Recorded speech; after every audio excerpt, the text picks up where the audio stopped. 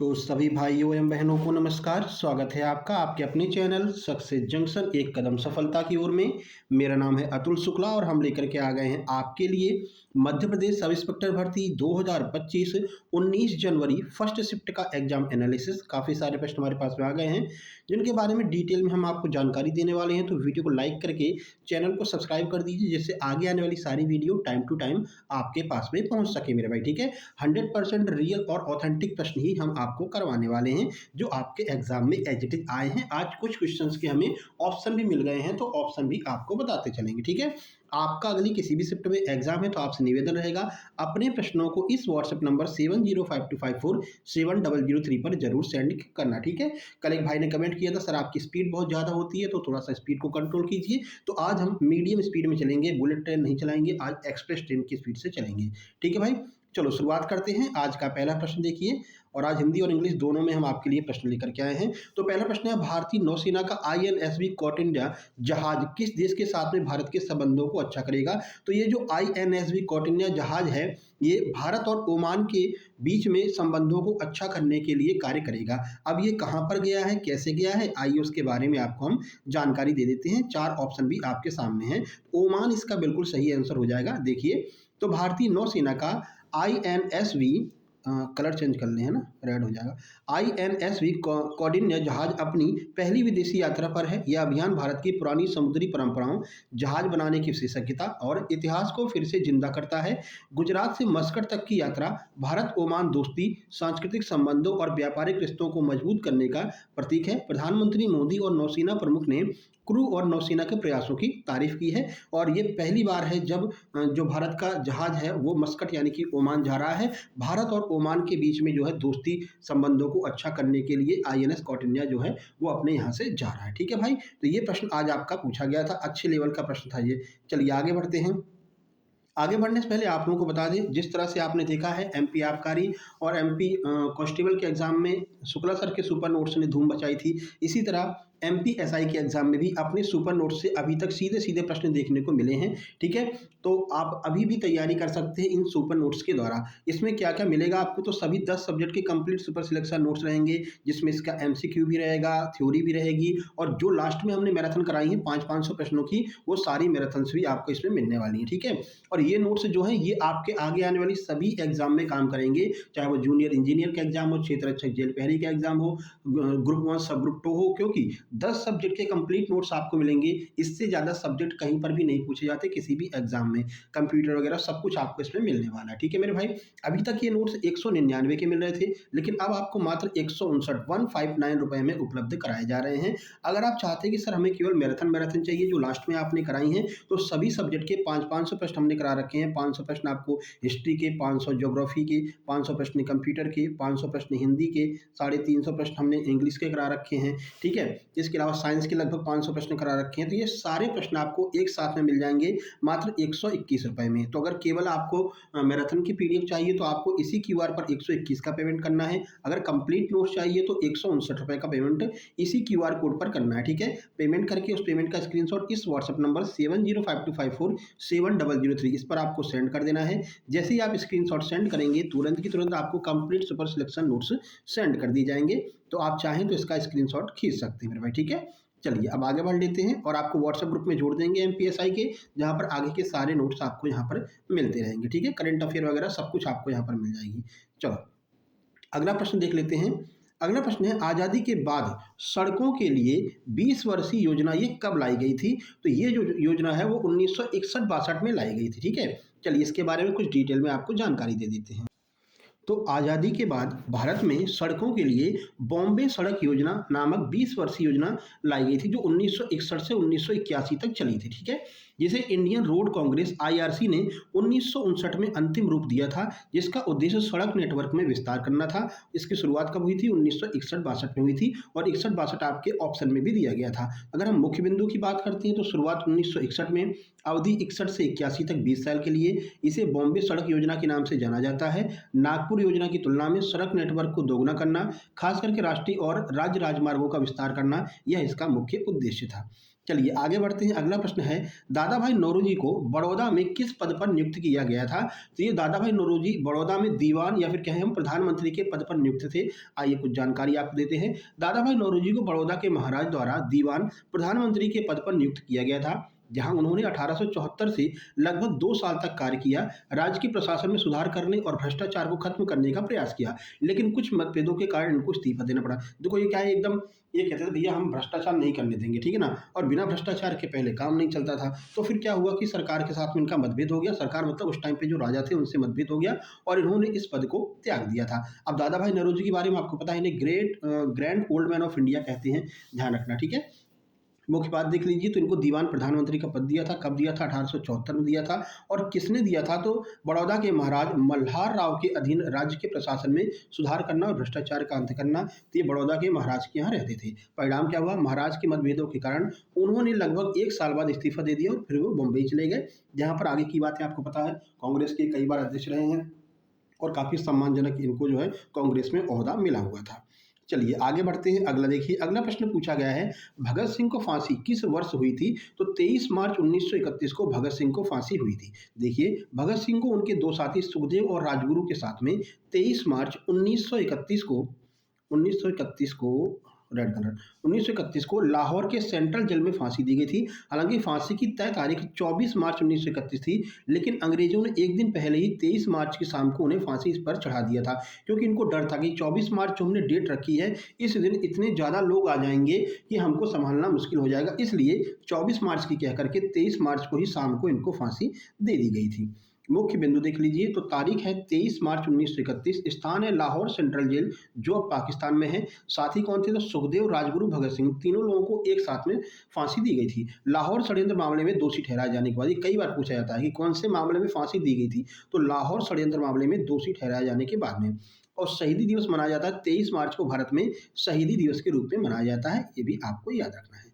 चलिए, शहीद दिवस अलग है, शहीद दिवस 30 जनवरी को मनाते हैं ना, जो कि गांधी जी का वो दिवस है, ठीक है, मृत्यु दिवस है। और जबकि शहीदी दिवस, ये शहीदी दिवस जो है वो 23 मार्च को मनाते हैं, ये भी आपको ध्यान रखना है। अगला प्रश्न देखते हैं।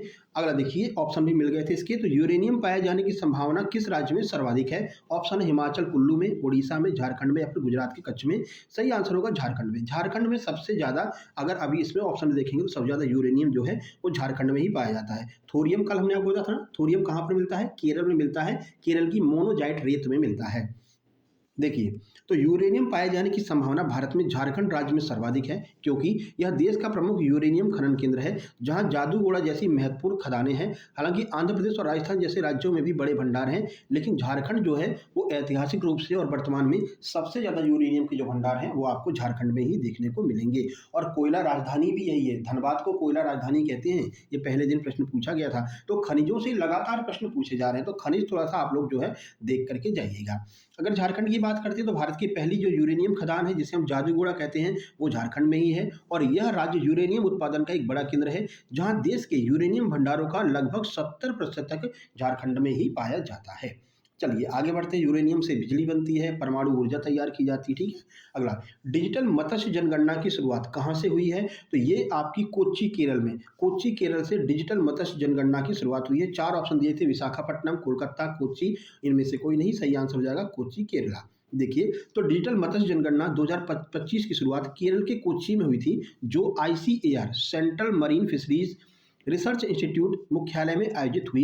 यह पूरी तरह से डिजिटल रूप से की गई पहली जनगणना थी, इसलिए सही विकल्प आपका ऑप्शन नंबर सी हो जाएगा। ध्यान रखना, पहली जनगणना है तो ये आपकी रिपीट भी हो सकती है। कोच्चि केरला से इसकी शुरुआत की गई थी।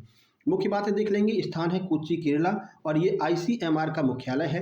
उद्घाटन मत्स्य पालन, पशुपालन, डेयरी मंत्रालय के जो राज्य मंत्री हैं, मंत्री कौन है? जॉर्ज कुरियन के द्वारा इसका उद्घाटन किया गया था। ये भी आपको ध्यान रखना है, कुरियन महोदय ने इसका उद्घाटन किया। कुरियन से कुछ आपको याद रहा है? ऑपरेशन फ्लड, ये किससे संबंधित है? तो ये वर्गीज कुरियन से संबंधित है, दुग्ध उत्पादन से संबंधित है। भारत में दुग्ध उत्पादन की क्रांति कौन लेकर के आया था? वर्गीज कुरियन लेकर के आए थे। चलिए आगे बढ़ते हैं। अब आप कमेंट बॉक्स में कमेंट करेंगे कि भारत में हरित क्रांति का जनक किसे कहा जाता है? विश्व में नॉर्मन बोरलॉग को कहते हैं, भारत में किसको कहते हैं? ये आपको कमेंट करना है। अगला प्रश्न, प्रकाश के घनत्व का सर्वाधिक अंतर किन 2 माध्यमों में देखने को मिलेगा? हीरा और कांच में, शराब और तारपीन में, इन दोनों में, इनमें से कोई नहीं। इस तरह के 4 ऑप्शन दिए गए थे। सही आंसर हो जाएगा हीरा और कांच में सर्वाधिक जो है माध्यम में सर्वाधिक अंतर देखने को मिलता है। कैसे, आइए देख लेते हैं। तो प्रकाश के घनत्व यानी कि ऑप्टिकल डेंसिटी में सर्वाधिक अंतर हीरा और वायु के बीच में होता है, जहां हीरा सबसे अधिक सघन होता है जिसका अपवर्तनांक 2.42 और वायु सबसे कम सघन होती है जिसका अपवर्तनांक 1.0003 होता है। तो दिए गए विकल्पों में हीरा और कांच जो है वो सबसे ज़्यादा अच्छा अंतर हो जाएगा। हीरा और कांच इनमें सबसे ज़्यादा डिफरेंस होगा, ठीक है। हीरा और वायु में सबसे ज़्यादा इसका डिफरेंस होता है, जबकि शराब और तारपीन में हीरा जितना अंतर नहीं होता, ठीक है। तो देखो अगर हम इसमें देखो ऑप्शन दिया नहीं है कि हीरा और वायु ऑप्शन में नहीं दिया है ना। अगर ये दिया हुआ था तो सबसे पहले नंबर पर इसको ही रखते, लेकिन अगर हीरा और वायु नहीं दिया है तो उसके बाद किसका नंबर आएगा, तब हीरा और कांच का नंबर आएगा। तो ऑप्शन में आपको एक बार देखना है कहीं हीरा और वायु तो नहीं दिया है। अगर हीरा वायु नहीं दिया है तो दूसरे नंबर पर हीरा और कांच आएगा, और यहाँ ऑप्शन में हीरा और कांच दिया गया था तो यही अपना आंसर हो जाएगा।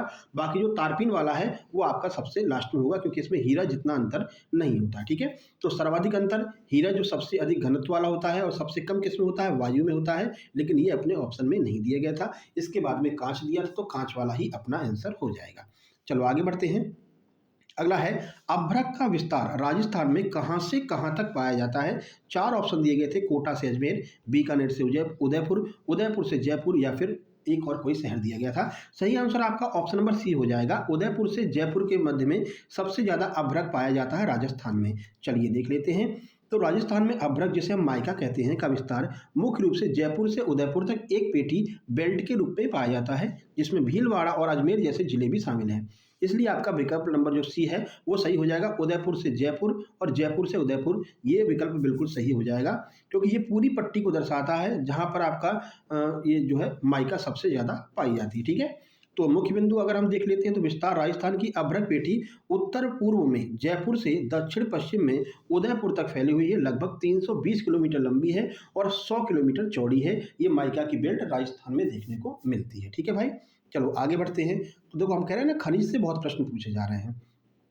अगला है सम्राट अशोक ने बराबर गुफाओं का निर्माण मुख्य रूप से किसके लिए करवाया था। तो ये आजीवक संप्रदाय के लिए इन्होंने बराबर की गुफाओं का निर्माण करवाया था। देखिए कुछ जानकारी इस प्रश्न के बारे में। तो सम्राट अशोक ने बराबर गुफाओं का निर्माण मुख्य रूप से आजीवक संप्रदाय के भिक्षुओं और तपस्वियों के लिए एक मठवासी आश्रय और साधना स्थल के रूप में कराया था। इन्होंने कहा था कि आजीवक संप्रदाय के जो लोग भी हैं वो यहाँ पर साधना कर सकते हैं, यहाँ पर रह सकते हैं। उनकी धार्मिक सहिष्णुता और अन्य धार्मिक समूहों के प्रति संरक्षण की नीति को दर्शाता है, जिससे इन गुफाओं का उपयोग आजीविक साधुओं के द्वारा ध्यान और आध्यात्मिक कार्यों के लिए किया गया था। तो मुख्य उद्देश्य क्या था? मुख्य उद्देश्य था आजीविक तपस्वियों को आश्रय प्रदान करना, और गुफाओं को चट्टानों को तराश कर बनाया गया था ताकि आजीविक साधु संत एकांत में रहकर साधना कर सकें, जैसा कि अशोक ने अपने शिलालेखों में भी बताया है। धार्मिक सहिष्णुता का प्रदर्शन करना चाहता था। बौद्ध धर्म अपनाने के बाद भी अशोक ने अन्य संप्रदायों जैसे आजीविक संप्रदाय का समर्थन किया और इन गुफाओं को दान देकर अपनी धार्मिक उदारता को दर्शाया कि हम केवल बौद्ध धर्म नहीं, बाकी धर्मों का भी हम सम्मान करते हैं। अगला देखिए, निम्न में से कौन सा शासक ब्राह्मण वर्ग का प्रतिनिधित्व करता है? ऑप्शन में पुष्यमित्र शुंग दिया गया था, तो यही आपका आंसर हो जाएगा। पुष्यमित्र शुंग जो है वो ब्राह्मण धर्म से संबंधित है, ब्राह्मण धर्म का प्रतिनिधित्व करता था। चलिए देख लीजिए। तो पुष्यमित्र शुंग ब्राह्मण वर्ग का प्रतिनिधित्व करने वाला शासक था, जो जन्म से ब्राह्मण था, जिसने मौर्य वंश के अंतिम शासक बृहद्रथ की हत्या करके शुंग वंश की स्थापना की। वह ब्राह्मण धर्म का समर्थक था। उसने अश्वमेध यज्ञ करवाए, जिसमें कई विद्वानों का मानना है कि ब्राह्मणवादी प्रतिक्रिया के रूप में उभरा।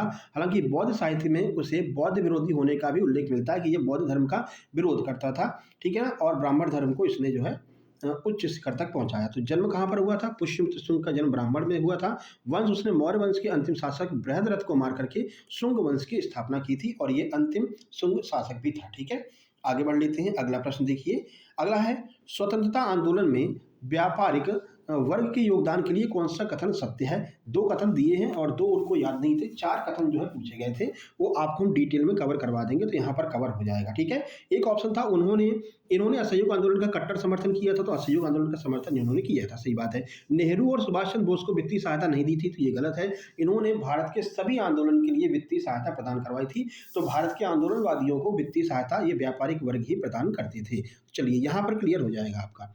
तो स्वतंत्रता आंदोलन में व्यापारिक वर्ग ने आर्थिक और वित्तीय समर्थन दिया, स्वदेशी और बहिष्कार आंदोलन को बढ़ावा दिया, नीतिगत दबाव के बावजूद, यानी कि अंग्रेज लोग इन पर दबाव बनाते थे कि तुम लोग पैसे वाले हो, पैसे मत दो इन लोगों को, लेकिन फिर भी ये लोग चोरी छिपे सहायता करते थे, ठीक है। महत्वपूर्ण योगदान दिया जिसमें उन्होंने ब्रिटिश आर्थिक नीतियों का विरोध किया, भारतीय उद्योगों को बढ़ावा दिया, स्वतंत्रता संग्राम को धन दिया, आपूर्ति और जन समर्थन प्रदान किया। जैसे जीडी बिरला, टाटा परिवार और अन्य व्यापारियों ने भी महत्वपूर्ण भूमिका निभाई थी। इन लोगों का नाम हालांकि आपको स्वतंत्रता आंदोलन में देखने को नहीं मिलता है, लेकिन बैकअप के रूप में यही लोग कार्य करते थे और जो है धन उपलब्ध कराते थे, क्योंकि तब भी बिना धन के कुछ नहीं होता था, कोई आंदोलन नहीं चलता था, और आज भी बिना धन के कुछ नहीं होता, और धन के लिए ही आप लोग जो है यहाँ पर लगे हुए हैं तैयारी करने के लिए, है ना। चलो अगला है, राजभाषा आयोग में राष्ट्रपति के द्वारा पहली बार कितने सदस्यों की नियुक्ति की गई थी? तो पहली बार जो है 21 सदस्यों की नियुक्ति की गई थी राजभाषा आयोग में। ऑप्शन नंबर ए जो है वो सही हो जाएगा। 4 ऑप्शन दिए थे, 21, 22, 24 और 30, तो सही आंसर हो जाएगा ऑप्शन नंबर 1 यानी कि 21। अब देखिए, भारत के राष्ट्रपति ने संविधान संशोधन के अनुच्छेद 344(1) के तहत 7 जून 1955 को बीजी खेर की अध्यक्षता में प्रथम राजभाषा आयोग का गठन किया। इस आयोग में 21 सदस्य जो है वो नियुक्त किए गए थे, तो 21 इसका सही आंसर हो जाएगा। आगे बढ़ते हैं। करंट अफेयर का पूछा गया है कि मेडिकल सेवा की पहली महिला महानिदेशक कौन नियुक्त की गई हैं 2025 में? तो यह है वाइस एडमिरल आरती सरीन। 2 लोग नियुक्त की गई हैं, दोनों के बारे में आपको बता देते हैं। देखिए, तो मेडिकल सेवा की पहली महिला महानिदेशक के रूप में वाइस एडमिरल आरती सरीन, जो कि सशस्त्र बल चिकित्सा सेवा, और लेफ्टिनेंट जनरल साधना सक्सेना नायर, जो चिकित्सा सेवा सेना की हैं, इनको नियुक्त किया गया है, जो विभिन्न शाखाओं में महत्वपूर्ण उपलब्धियां हासिल करने वाली पहली महिला अधिकारी हो जाएंगी। ठीक है, तो आरती सरीन ने अक्टूबर 2024 में इस पद को संभाला है, जबकि साधना सक्सेना नैयर ने अगस्त 2024 में सेना की चिकित्सा सेवा को संभाला। ठीक है, तो इन दोनों को आपको नाम ध्यान रखना, इनमें से शायद आरती सरीन वाला आपके ऑप्शन में दिया गया था। चलिए आगे बढ़ते हैं। अगला है, साइंस का प्रश्न है, अगर प्रसव के समय प्रोलैक्टिन हार्मोन का स्राव नहीं रुकता है तो क्या परिणाम सामने आएंगे? ठीक है, तो चलिए देख लेते हैं। यह आपका कथन वाला स्टेटमेंट बना करके दिया गया था। आइए देखते हैं तो क्या प्रॉब्लम क्रिएट हो सकती हैं।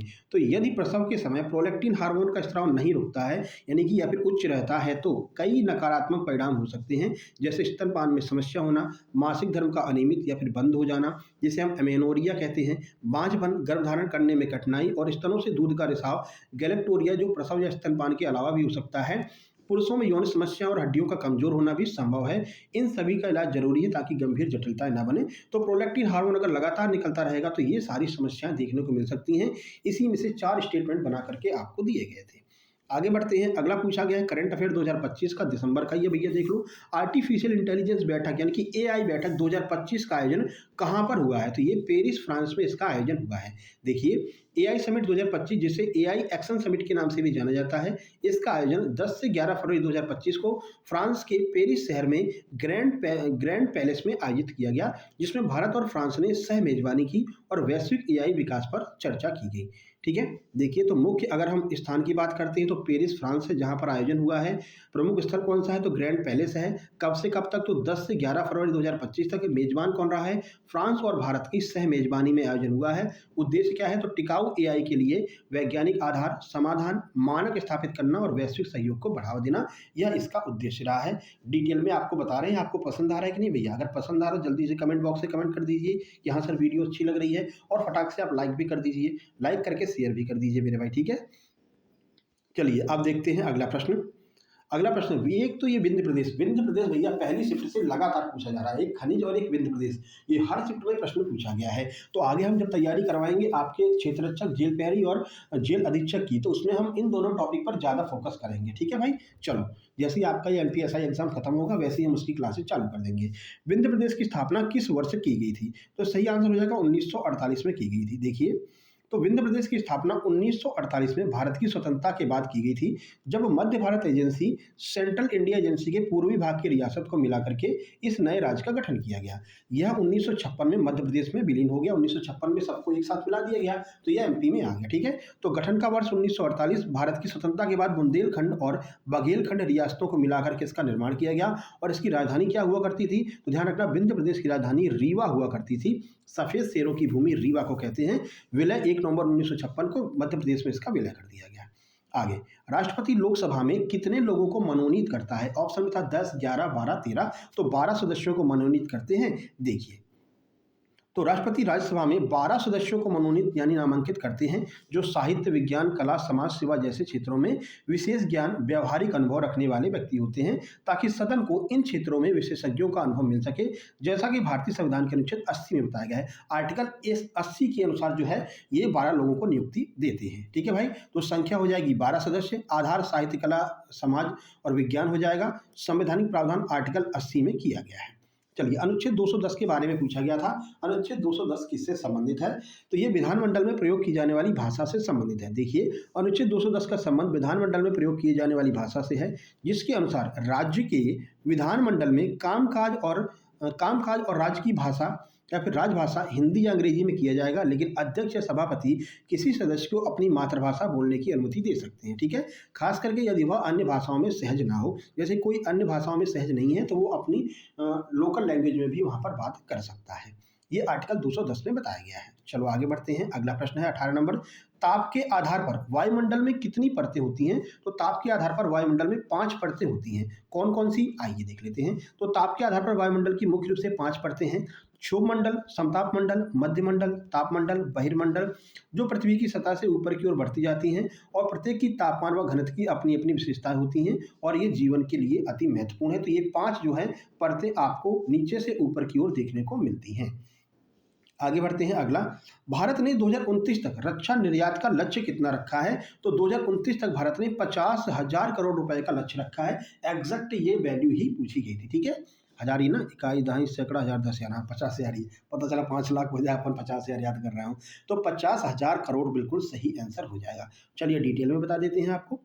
तो भारत सरकार ने वर्ष 2029 तक रक्षा निर्यात का लक्ष्य 50,000 करोड़ रुपए निर्धारित किया है, और साथ ही 2029 तक रक्षा उत्पादन को 3 लाख करोड़ रुपए तक पहुंचाने का लक्ष्य रखा। ठीक है, तो ध्यान रखना, निर्यात कितने का करेगा? 50,000 करोड़ रुपए का। उत्पादन कितने का करेगा? 3 लाख करोड़ रुपए तक का। ठीक है, ये लक्ष्य रखा है 2029 में, ताकि भारत वैश्विक रक्षा विनिर्माण केंद्र बन सके और रक्षा क्षेत्र में आत्मनिर्भरता हासिल कर सके। जैसे कि अपनी बोफोर्स की तोप अभी फिलीपींस ने अपन से खरीदी है, बोफोर्स मिसाइल जो है। ठीक है, सारंग तोपें जो बनाई जा रही है उसको भी जो है विदेशी लोग काफी इंटरेस्ट दिखा रहे हैं। तो भारत क्या करेगा? रक्षा निर्यात भी करेगा। ठीक है, तो निर्यात का लक्ष्य 2029 50,000 करोड़ रुपए, उत्पादन का लक्ष्य 3 लाख करोड़ रुपए। वर्तमान में क्या है? 2024-25 में रक्षा उत्पादन 1.54 लाख करोड़ रुपए तक पहुंच गया है, और निर्यात 23,622 करोड़ रुपए तक का दर्ज किया गया है। ये एग्जैक्ट डेटा अभी वाला है, 2024-25 वाला, इसको भी आप लोग याद रखना। प्रेरणा क्या है? तो यह लक्ष्य मेक इन इंडिया और आत्मनिर्भर भारत की पहल के तहत देश की रक्षा क्षमताओं को मजबूत करने के लिए महत्वपूर्ण साबित होगा। अगला, पंडित जुगल किशोर का जन्म कहाँ पर हुआ था? तो पंडित जुगल किशोर का जन्म कानपुर में हुआ था। यदि आप पंडित जुगल किशोर यानी कि उद्यन मार्तन के संस्थापक की बात करें तो इनका जन्म कानपुर उत्तर प्रदेश में हुआ था, और वे कोलकाता यानी कलकत्ता में हिंदी पत्रकारिता के जनक बने थे। वही पंडित जुगल किशोर जैन मुख्तार का जन्म सरसावा सहारनपुर में हुआ था। तो अपन को ध्यान रखना है कि आज जो पूछा गया है वो पंडित जुगल किशोर, जिन्होंने उद्दंड मार्तन नामक जो है अपना अखबार निकाला था, पहला अखबार जो था, उनके बारे में पूछा गया था। तो उनका जन्म कानपुर उत्तर प्रदेश में हुआ था। आगे बढ़ते हैं। अगला पूछा है पॉलीसैकेराइड। इसका स्टेटमेंट बना करके पूछा था कि पॉलीसैकेराइड के बारे में बताइए। ठीक है, तो चलिए देख लेते हैं। हम पॉलीसैकेराइड की बात करते हैं तो यह एक जटिल कार्बनिक है, जटिल कार्बोहाइड्रेट है, जो कई छोटी शर्कराएं मोनोसैकेराइड से मिलकर के बना होता है, जो ग्लाइकोसिड बंधों का एक लंबी श्रृंखला बनाते हैं। यह पौधों में संरचनात्मक घटक, ऊर्जा भंडारण जैसे स्टार्च का काम करता है, और जंतुओं में भी ऊर्जा का स्रोत होता है, जैसे स्टार्च, सेलुलोज और ग्लाइकोजन, इसकी मदद से ही हमको मिलता है। ये सारे के सारे पॉलीसैकेराइड के अंतर्गत आते हैं। चलिए आगे बढ़ते हैं, बात करते हैं मैथ और रीजनिंग की। तो मैथ के 3 से 4 प्रश्न आ रहे हैं, बहुत सिंपल लेवल का। अर्थमेटिक ही पूछ रहे हैं, अर्थमेटिक में भी लो लेवल पूछ रहे हैं ना। तो मैथ रीजनिंग को लेकर के आपको बिल्कुल भी परेशान होने की आवश्यकता नहीं है, एडवांस वगैरह कुछ भी नहीं पूछ रहे हैं। देखिए, प्रश्न पूछा गया था, एक आदमी के पास में 1 रुपये, 5 रुपये और 10 रुपये के नोट है, टोटल 480 रुपये हैं। तो बताइए कि ऐसे पूछा था कि 10 रुपये के कितने नोट हैं, ये पूछा गया था ना। कुछ रेशियो भी दिया गया होगा, वो एग्जैक्ट प्रश्न उन्होंने नहीं भेज पाया है, कोई दिक्कत नहीं। प्रॉफिट लॉस का एक प्रश्न था जो कि डिस्काउंट से पूछा गया था। रीजनिंग का प्रश्न था कि सूर्यास्त के समय हेमा और रेखा एक दूसरे के सामने है, हेमा की परछाई रेखा के दाहिनी ओर है, तो रेखा का मुंह जो है वो किस दिशा में है, ये पूछा था। कोडिंग डिकोडिंग के प्रश्न ज़्यादा पूछ रहे हैं, 3 से 4 प्रश्न कोडिंग डिकोडिंग के पूछे, जिसमें अल्फाबेट और लेटर कोडिंग दोनों आ रही है।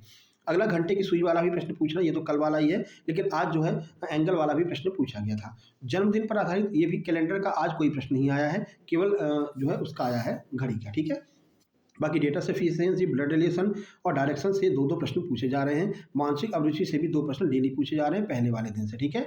और एक आपका सिटिंग अरेंजमेंट से भी प्रश्न पूछा जा रहा है। ये मैथ रीजनिंग का पूरा सिस्टम हो गया। चलिए हिंदी की बात कर लेते हैं, तो हिंदी में अंतस्थ व्यंजन दिए गए थे 4 ऑप्शन में, इनमें से कौन सा अंतस्थ व्यंजन का उदाहरण है? उसके बाद जो सा है सिटी वाला, इसका निर्माण किससे होता है? 2 वर्ण कौन-कौन से जिससे इसका निर्माण होता है, ये पूछा गया था। अनुनासिक वर्ण कौन-सा है? ये पूछा गया था। पर्यायवाची आपका पूछा गया, तो इस तरह के प्रश्न आपके हिंदी में देखने को मिले हैं हिंदी व्याकरण से। तत्सम तद्भव वाले भी 1-1, 2-2 प्रश्न मिले हैं। इंग्लिश की बात करते हैं तो ईडियम पूछा गया था, रॉक द बोट, ये ईडियम आज पूछा गया था। एडजेक्टिव का एक प्रश्न, एडवर्ब का एक प्रश्न, आर्टिकल फिलर्स के आधार पर कल भी फिलर्स आया था, आज भी आया है। 1 से 2 प्रश्न आर्टिकल के पूछे जा रहे हैं और आज वॉइस भी पूछा गया है। कल शाम की शिफ्ट में एक्टिव वॉइस पैसिव वॉइस नहीं पूछा था, लेकिन इसमें वॉइस और होमोनिम्स भी पूछा गया है सुबह वाली शिफ्ट में। चलिए कंप्यूटर की बात कर लेते हैं, तो कंप्यूटर में पूछा है कि विंडो में पाथ रेंज कितनी होती है, पाथ लेंथ कितनी होती है, ये पूछा गया है। प्रोटोकॉल से एक प्रश्न है, एक प्रश्न हैकिंग से है, एमएस एक्सेल का एक प्रश्न है, एक प्रश्न आपका ओएसआई लेयर से भी पूछा गया। तो ये आपका पूरा कंप्यूटर का सिस्टम हो गया, ठीक है। साइबर सिक्योरिटी से भी 1-1, 2-2 प्रश्न देखने को मिल रहे हैं। तो ये आज का एग्जाम एनालिसिस था। बताइए कैसा लगा? अगर पसंद आया हो तो भैया कमेंट बॉक्स से कमेंट कर देना, ठीक है। वीडियो को लाइक कर देना, शेयर कर देना, सभी के पास में पहुंच सके ये वीडियो जिससे। और चैनल में पहली बार आए सब्सक्राइब करके नोटिफिकेशन बेल दबा लेना, क्योंकि अब हम क्षेत्र रक्षक और वन रक्षक जेल पैरी की तैयारी भी करवाने वाले हैं। जैसे ही ये एग्जाम एनालिसिस समाप्त होता है, यानी कि 22 तारीख से क्लासेस चालू हो जाएंगी क्षेत्र रक्षक और जेल पैरी की, जेल उप अधीक्षक की, ठीक है। ये व्हाट्सअप नंबर है, इसी पर आपको व्हाट्सअप कर लेना है। अभी आप चाहें तो एमपीएसआई के नोट्स ले सकते हैं, सभी एग्जाम में काम आएंगे। नहीं तो फिर हम जेल पैरी क्षेत्र रक्षक के नोट्स से बनाएंगे तो आपको हम उपलब्ध करा देंगे, ठीक है मेरे भाई। चलिए मिलते हैं नेक्स्ट वीडियो में सेकंड शिफ्ट के एग्जाम एनालिसिस में। आपका एग्जाम अगर हो, इस नंबर पर अपने प्रश्नों को जरूर भेजिएगा। तब तक के लिए नमस्कार, धन्यवाद।